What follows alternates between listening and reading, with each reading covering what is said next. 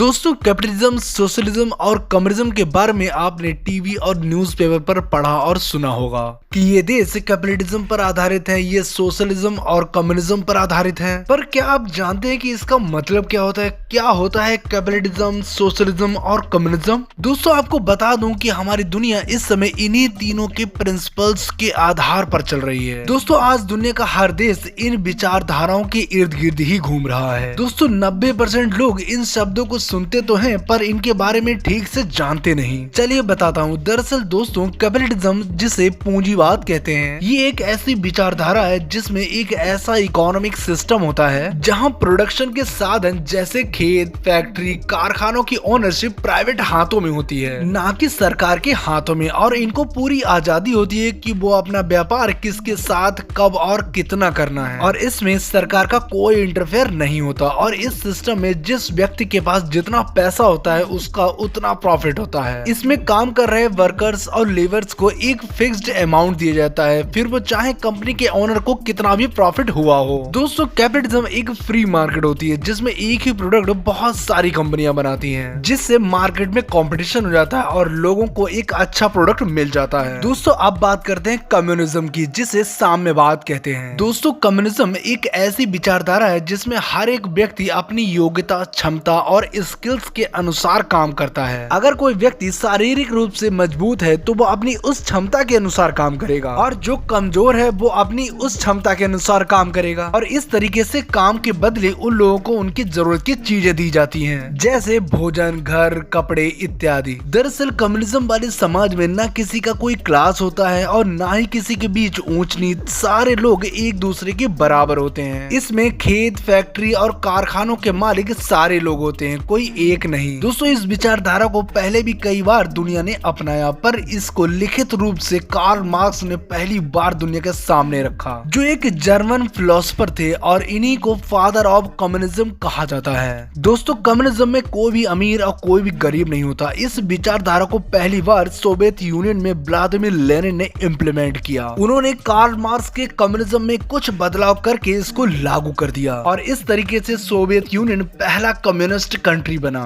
दोस्तों अब बात करते हैं सोशलिज्म यानी कि समाजवाद की। दोस्तों सोशलिज्म में भी कम्युनिज्म की तरह ही खेत, फैक्ट्री और कारखानों का कोई एक मालिक नहीं होता। 1830 से 1860 के बीच कई विद्वानों ने इसके बारे में लिखा। दोस्तों मान लीजिए कि किसी एक खेत में कोई फसल पैदा होती है तो उसमें काम कर रहे सभी किसानों को बराबर बराबर बांट दी जाएगी। वहीं कम्युनिज्म में लोगों को जरूरत की चीजें दी जा रही थी, और कैपिटलिज्म में एक फिक्स्ड अमाउंट दिया जा रहा है। दोस्तों वैसे तो आज कोई भी देश पूरी तरीके से सोशलिज्म को फॉलो नहीं करता, पर इन्हीं के सिद्धांतों के अनुसार दुनिया भर में एनजीओ और समाज सेवी संस्थाएं बनाई जाती हैं, जिससे हर व्यक्ति को उसका लाभ हो सके। आज डेनमार्क, स्वीडन और फिनलैंड में सोशलिज्म का ज्यादा असर दिखता है। दोस्तों आज दुनिया में कोई भी देश पूरी तरीके से कैपिटलिज्म या कम्युनिज्म या सोशलिज्म को फॉलो नहीं करता। दोस्तों आज दुनिया का कोई भी देश ले लीजिए, उसमें आपको मिली जुली विचारधाराएं मिलेंगी। दोस्तों अपने प्यारे भारत को ले लीजिए, हमारे भारत में तीनों विचारधाराओं का मिश्रण आपको मिलेगा। वैसे दोस्तों आपको ये वीडियो कैसा लगा कमेंट करके जरूर बताएं।